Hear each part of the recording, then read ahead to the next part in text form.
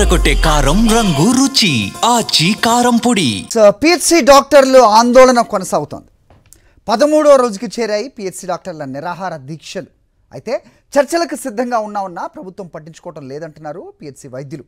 నిర్బంధం ప్రయోగిస్తే పోరాటం ఉధృతం చేస్తామని హెచ్చరిస్తున్నారు. మరోవైపు శాంతియుతంగా ఆందోళన చేస్తున్న పిహెచ్సి వైద్యులపై అధికారులు ఉక్కుపాదం మోపుతున్నారు. ఎస్మా ప్రయోగిస్తామని వైద్యారోగ్య శాఖ కమిషనర్ ప్రకటించారు. ఇప్పటికే విధులకు హాజరు కాని డాక్టర్స్పై చర్యలు తీసుకోవాలంటూ డిఎంహెచ్ఓలకు ఆదేశాలు జారీ చేశారు.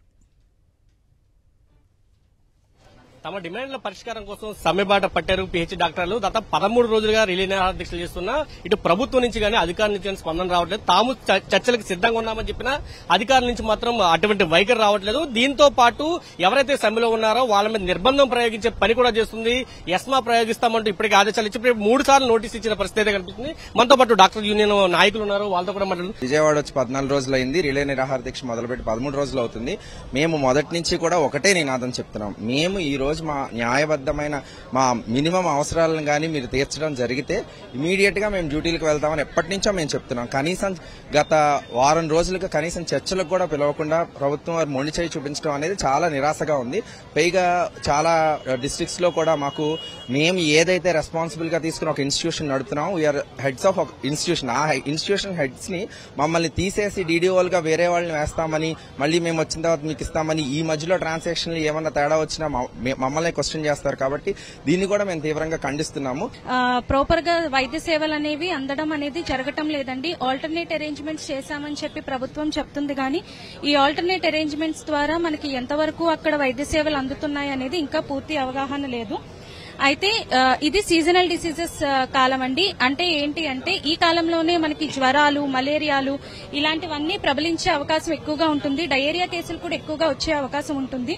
ప్రభుత్వానికి తెలుసు. మేము సంచార చికిత్స ప్రోగ్రామ్ లో గానీ లేకపోతే మా రొటీన్ డ్యూటీస్ లో భాగంగా గానీ మేము హాస్టల్ విజిట్స్ చేస్తాము, వాటర్ శానిటేషన్ చెక్ చేస్తాము. ఇవన్నీ కూడా ఒక పిహెచ్సి వైద్యులుగా మేము అన్ని రెగ్యులర్ గా చేసే డ్యూటీస్ అండి. మరి ఇప్పుడు ఎవరైతే మా ప్లేస్ లో మీరు ఆల్టర్నేట్ అరేంజ్మెంట్స్ చేస్తున్నారో వాళ్ళు ఇవన్నీ చూస్తారా లేదా అనేది కూడా మనకి పూర్తిగా తెలీదు. గవర్నమెంట్ కూడా చెప్తుంది ఏంటంటే మీరు అడిగే అన్ని న్యాయమైన డిమాండ్స్ అని చెప్తున్నారు, బట్ పరిష్కరించడానికి మాత్రం ముందుకు రావట్లేదు. నేను గవర్నమెంట్ రిక్వెస్ట్ చేస్తుంది ఏంటంటే ఒకసారి చర్చలకు పిలవండి, చర్చలకు పిలిచి మమ్మల్ని కూర్చోబెట్టి మా డిమాండ్స్ ఏమున్నాయి అన్ని కూడా మీకు తెలుసు, అవన్నీ కూడా మళ్ళీ ఒకసారి చర్చించి అవన్నీ కూడా సానుకూలంగా స్పందిస్తే మేము వెంటనే మా పిహెచ్సిస్కి వెళ్లి మా డ్యూటీస్ లో జాయిన్ అయ్యి ప్రజలకి సేవలు అందించాలనే దృక్పథంతో మేము ఉన్నాం. ఏదైతే ప్రభుత్వం మాకు ఈ సమ్మె పట్ల చర్చలకు పిలవకపోతే మేము కార్యాచరణ రూపొందించడం జరిగిందండి.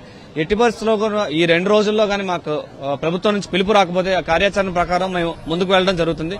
ఖచ్చితంగా మేమైతే మా డిమాండ్లన్నీ కూడా పూర్తి స్థాయిలో నెరవేరే వరకు ఈ ప్రదేశాన్ని వీడేది లేదని చెప్పి ప్రభుత్వానికి తెలియజేస్తున్నాం.